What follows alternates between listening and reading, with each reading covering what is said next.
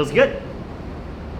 Hey y'all. So when we're talking about overhead squats, an extremely common issue people have is their wrist hurt. So probably should have prepared for this video a little better.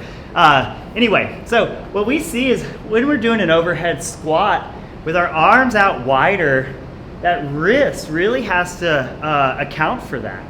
The other thing that we want to do is that wrist is going to be just a hair kind of back. So the wrist is at an angle that we don't quite see it in a lot. But that doesn't mean your wrists necessarily have to hurt. So if it's the first time you've ever been in that position, probably not a big deal. Wrist gets stronger, and as you go, it'll get better and better. But a super common thing that we see with people who've kind of been around it and they've had the time to develop that position, they're still dealing with wrist pain. Either those are the people that have always worn wrist wraps, which we highly recommend against. We want you to create a wrist that is strong at all these angles. But the main thing that we typically see is the people dealing with the wrist pain are the ones that are kind of being soft in the shoulders for the overhead position. So a way to really combat that wrist pain is to really just drive hard. So we want that push-up shoulder, so shoulder back, creating that external rotation, and we want you to drive hard into that. So typically the people with wrist pain are the ones that are struggling and they kind of have the soft arms.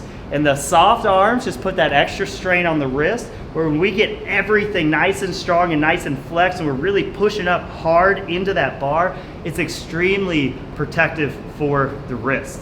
So next time you're doing overhead squats, if you're someone who has the mobility and has all of these positions and you're still just dealing with wrist pain and you can't figure it out, push harder into that bar. So shoulder down, creating that external rotation, and drive hard into that bar. Let's see if that solves it.